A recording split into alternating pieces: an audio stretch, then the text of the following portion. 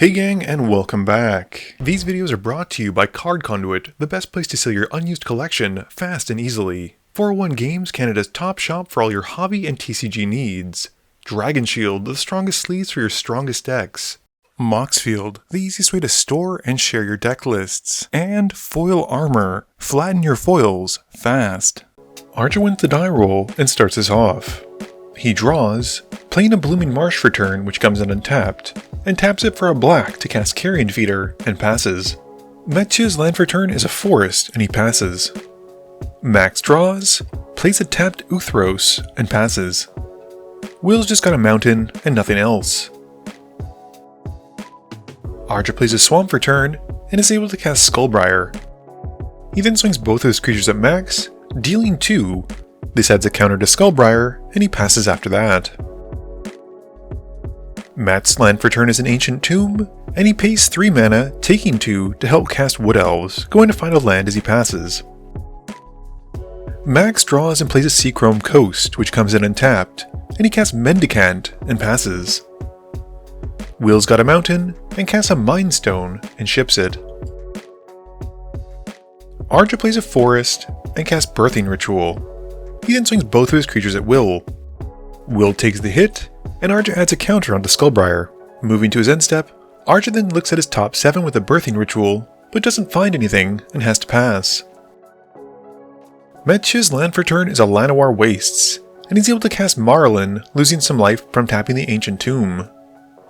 This has him exiling Arja's top 2 cards, and he casts Pick Your Poison from them, and makes everyone sacrifice an enchantment. After that, he passes. Max plays a tapped Razortide Bridge, and he casts an Emissary Escort. He then swings Mendicant at Arja, and before moving to damage, Arja uses a Nature's Claim to try and destroy it. Max counters it with a Fierce Guardianship though, and Arja then takes the 3, with Max gaining some speed, and then passing turn. Will just plays a mountain, and then casts his commander, Orthion, and passes. Arja draws, and he casts a Corrupted Conviction, sacrificing his Carrion Feeder to draw some cards. He then casts his signature card with an Accursed Marauder, and once everyone sacrifices a creature, moves to combat. He swings Skullbriar at Max, dealing 3, and adding another counter to his commander, and passes. Mathieu's turn has him drawing, and casting a Farseek to go and find a tap-fetid pools. He follows up with a Mutable Explorer, and this gets him a Maralen trigger, and he targets Arja with it again. Matt doesn't hit anything he can cast with it though, so he just plays an untapped Sporific Springs, and then casts an Essence Flux on the Mutable Explorer. It comes back in, making another Mutavault token, and he gets to exile the top 2 from Arja again, this time hitting an Unearth. Matt casts it, and gets back the Wood Elves. Maralen's exiles then hit Will this time, but since it's already happened once, Matt can't cast anything from them, and instead just goes to find a land, and he passes after that. Max has got an Inventor's Fair, and casts an Ornithopter of Paradise. He then plays an Arcbound Ravager. Max then moves to combat, hitting Arja for 4 with Mendicant, going up in speed, and passing. Will draws and plays a mountain. He then casts Cavalier of Flames. He discards his whole hand, drawing 5 new cards, and passes after that. Arja's main phase has him casting a Cemetery Tampering. He then goes to combat, swinging Skullbriar at Max. Max takes the hit for 4, and Arja adds a counter to his commander, and then passes turn. Matt's land drop is a Spymaster's Vault, and he then pays 2 for a Rampant Growth. He finds a basic, and then goes to combat, hitting Arja for 2 with a Mutable Explorer, and then passing to Max. Max gains a life from Inventor's Fair, draws a card, and plays a Mycosynth Gardens. He then hits Arja with Mendicant, and Max goes to max speed, and he passes after that. Will's got a mountain, and then casts a Red Dragon. As it comes in, each opponent takes 4, and Will then moves to combat, swinging a Cavalier at Mathieu. He chumps with the Wood Elves, and Will then pass his turn. During the end step, Mathieu activates Spymaster's Vault on Maralen and connives as we move to Arja's turn. Arja mills 3 in his upkeep and then draws. He casts Nature's Rhythm, putting 1 into the X, and finds a Gravecrawler. He then swings Skullbriar at Mathieu. Before it blocks, Mathieu activates a Mutavault to animate it and then chumps with it, and with nothing else, Arja passes. Matt's turn has him drawing and activating his remaining Mutavault.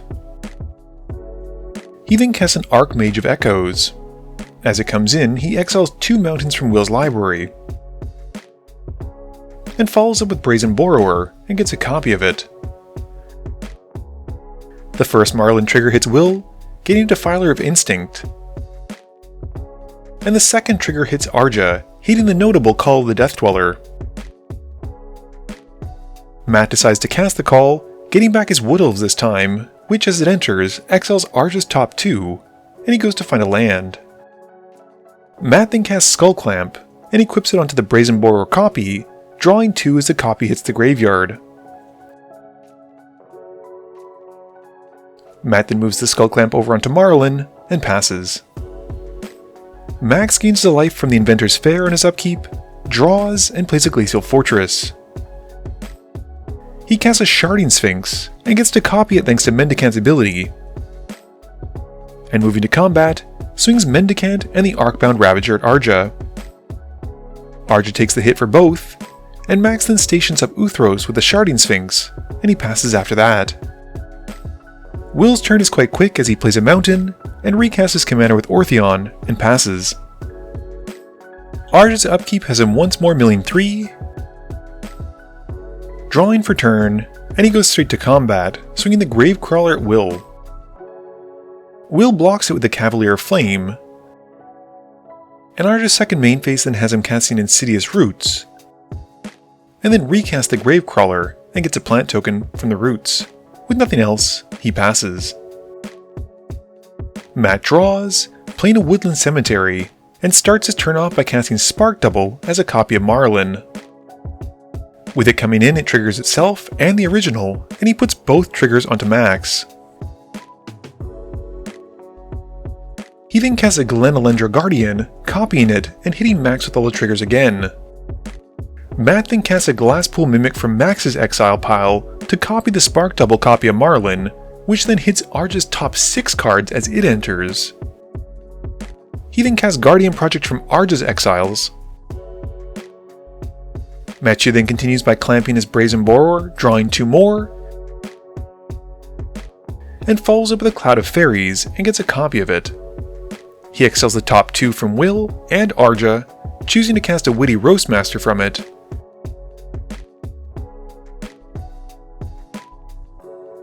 And then untaps some lands, and casts a Court of Calling, going to find a Displacer Kitten.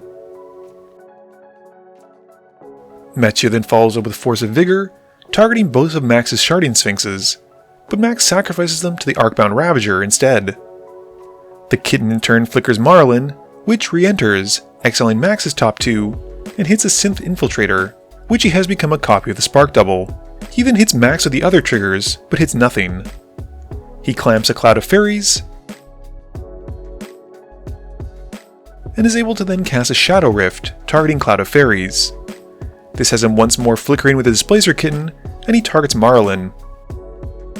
As she re-enters, he targets Max with the triggers, and he hits a Thousand Moon Smithy, which he casts, and because it's a non-creature spell, flickers Maralen again thanks to the Displacer Kitten. Matt then targets Max again, and hits Tezzeret, Betrayer of Flesh, which he then casts, and gets to flicker Maralen yet again. He once more targets Max. This time around he hits Urza, Lord Protector, and once that's out, upticks Tezzeret to draw 2 and discards 1.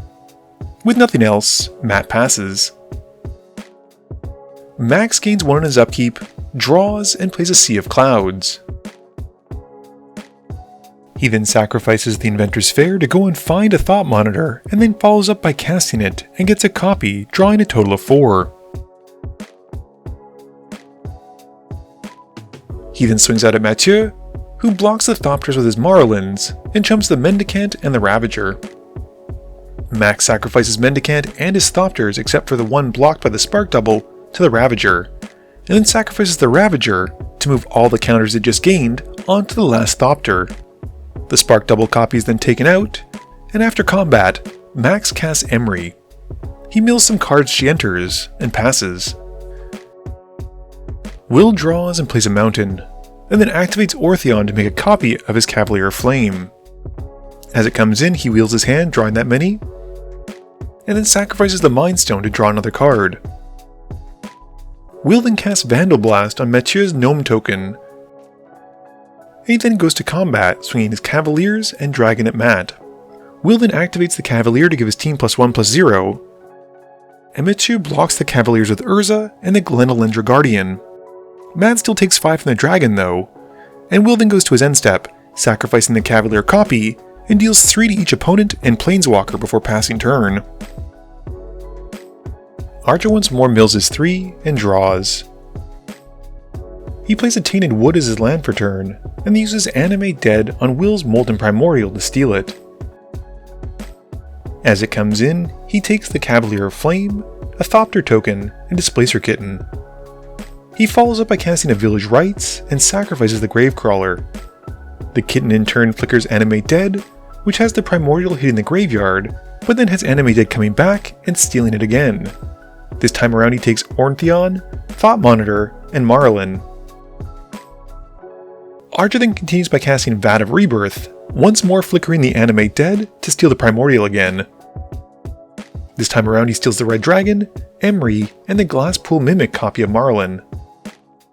Archer then taps Emery to cast Blade of Bloodchief, flickering the Animate Dead again to get the Primordial. He then continues by activating Orthion on the Glasspool Mimic, and he makes a copy of Maralen. This in turn exiles Mathieu's top 6. And he casts Nature's Claim to target the Skull Clamp, but counters it with an offer you can't refuse. This has Archer doing his Animate Dead flickering again, stealing the Witty Roastmaster, and then flickers the Animate Dead again, this time stealing the Mutable Explorer. Archer then follows up by casting a Bitterbloom Bearer, hitting Mathieu with the triggers again. He then casts Soul Ring, flickering the Animate Dead to bring back the Primordial yet again, targeting the Archmage of Echoes, and pays the ward cost. He then activates the stolen Cavalier of Flame with his treasure, and he gives his team +1/+0, and more importantly, haste. Archer is then able to swing out, and after dividing the creatures up, he's able to deal lethal to the board and takes the game. Game review time. So to the shocker of I think nobody, Displacer Kitten was probably the best card this game. As you saw on Mathieu's turn, he used it so well with Maralen. It was actually so well that it convinced Archer to steal it and then do the same. I thought it was really spicy to see Archer winning that game considering how behind he was, it felt like, after about mid-game. And it just lined up so perfectly with that Animate Dead and the Molten Primordial. This is one of the kind of situations that I love where basically someone's able to win as a result of everyone else's cards, which is kind of one of the fun things about EDH. This video wouldn't be possible without the help from my sponsors, but it definitely wouldn't be possible without the help from you, the viewers, and my patrons. So I just want to say thank you for watching, and to remember, friends are just opponents you haven't eliminated yet.